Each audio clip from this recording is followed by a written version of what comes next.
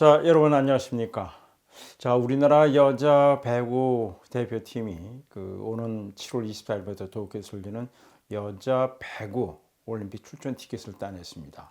3회 연속 올림픽 출전 티켓입니다. 이게 굉장히 어렵습니다. 왜냐하면은 여자 배구는 아시아에서는 이제 이번 태국에서 열렸던 데에서는 딱 한 팀만이 이제 출전 티켓을 따냈고요. 본선에는 12개 팀이 세계 12개 팀만이 출전하는 것이 여자 배구입니다. 근데 우리나라 여자 배구 대표팀이 태국에서 열렸던 지난 1월 7일부터 12일까지 태국에서 열렸던 아시아 최종 예선전에서 결국은 전승의 기록으로 결국 우승을 차지해서 올림픽 출전 티켓을 따냈습니다. 이번 대회 우리가 인도네시아를 3대 0으로 아주 가볍게 이기고요. 2차전에서도 이란을 3대 0, 또 카자흐스탄을 3대 0. 이 준결승전에서 대만한테 결국은 3대 1 한 세트를 주긴 했습니다만은 가볍게 대만을 꺾고 결승전이 굉장히 어려웠습니다. 결승전이 개최국인 태국인데 태국이 키는 작지만 굉장히 수비가 강한 팀이에요. 그래서 2016 이후에 이 맞대결에서 우리가 사실은 3승 7패로 열세였기 때문에 굉장히 걱정을 많이 했습니다. 그리고 이제 태국의 이제 원정 경기였지 않았습니까? 우리나라는. 그런데도 불구하고 우리가 결승전에서 태국을 12일입니다. 1월 12일 25대 22, 25대 20, 25대 20으로 3대 0으로 결국은 태국을 물리치고 올림픽 출전 티켓을 따냈습니다. 김연경 선수 참 대단하더라고요. 김연경 선수는 지금 터키에서 지금 뛰고 있습니다. 엑사시 바시라고 하는 팀에서 뛰고 있는데 남녀 배구 선수 전체 말이에요. 세계를 통틀어서 연봉 16억을 받는 선수는 김연경 선수밖에 없습니다. 1m 92, 나이 32살.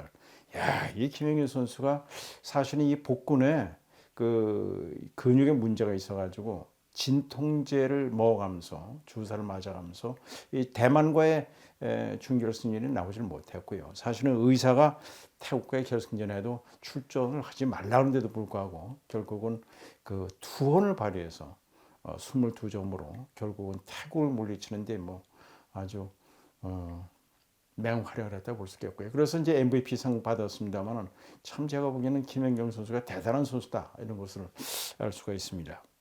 근데 김연경 선수는 이 대만 준결승전에 나오질 않았습니다만 플로어에서 후배들을 그렇게 격려하고 말이죠. 파이팅을 외치는 걸 보니까 역시 참 대단하다 볼 수 있겠고요. 자, 김연경 선수는 다다시피 2012년 런던 올림픽 대회 때도 우리가 4위에 그쳤습니다만 그때 MVP상을 받았어요. 참 대단한 거죠. MVP상을. MVP상이 우리가 4위인데도 불구하고 MVP상 받았다는 것은 그만큼 김연경 선수는 아주 걸출한 세계 여자 배구의 최고다라는 것을 알 수가 있습니다. 그래서 지금 연봉을 16억을 받고 있는 거예요. 그리고 2010년 리우데자네이루 올림픽에서도 이제 8강까지 갔단 말이죠. 자, 우리나라가 과거에 76년 몬트리올 올림픽 대회 때 우리가 동메달을 따낸 적이 있습니다. 그것이 이제 우리가 1948 런던 올림픽 이후에 올림픽 구기 종목에서 메달을 딴 것이 바로 여자 배구입니다. 그때 당시에 나르는 작은 새라는 조혜정 선수가 있었고요. 유종혜, 이경아 이런 변경재 이런 선수들이 있었습니다.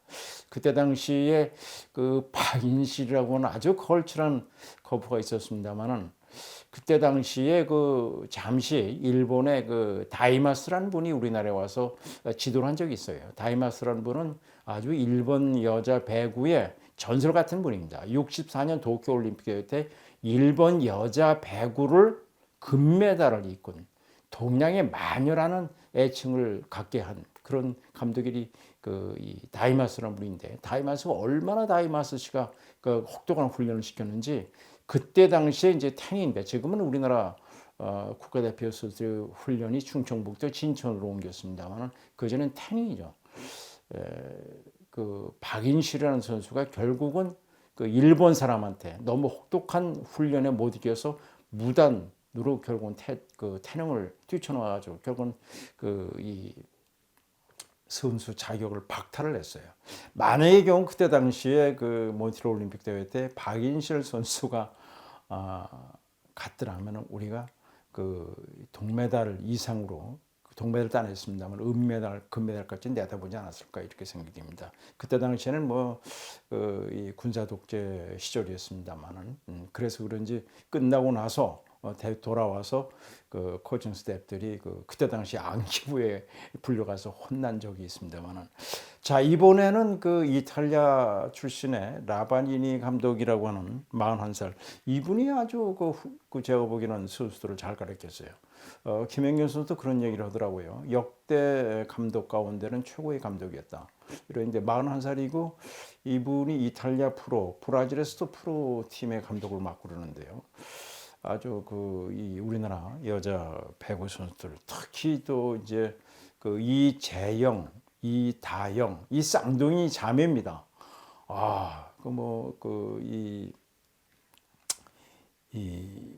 이재영 선수라든가 그다음에 이다영 선수 쌍둥이 자매인데 얼굴도 미인이고요.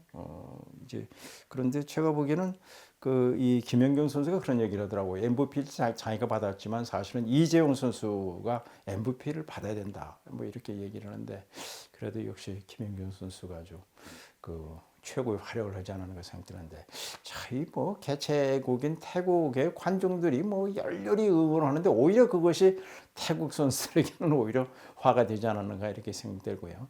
자, 이제 도쿄올림픽이 6개월 앞으로 다가왔습니다. 과연 우리나라 여자 배구 대표팀이 이번 도쿄올림픽에서 몇 위를 차지할 것이냐 이것이 이제 최고의 관심인데 지금 12개 팀 가운데 10개 팀이 결정이 됐어요. 아시아에선 우리나라를 비롯해서 개최국인 일본 그리고 중국 그리고 이제 미국 브라질이 아주 잘하죠. 그다음에 이탈리아, 러시아, 그다음에 아르헨티나, 세르비아, 케냐 그리고 북미와 유럽에서 한 팀씩 이제 결정이 되리라고 믿어집니다. 지금 10개 팀이 확정이 됐습니다만은 우리나라 여자 배구 대표팀 정말 제가 보기에는 아주 잘하고요. 근데 좀 더 제가 보면서 느낀 것은 말이죠.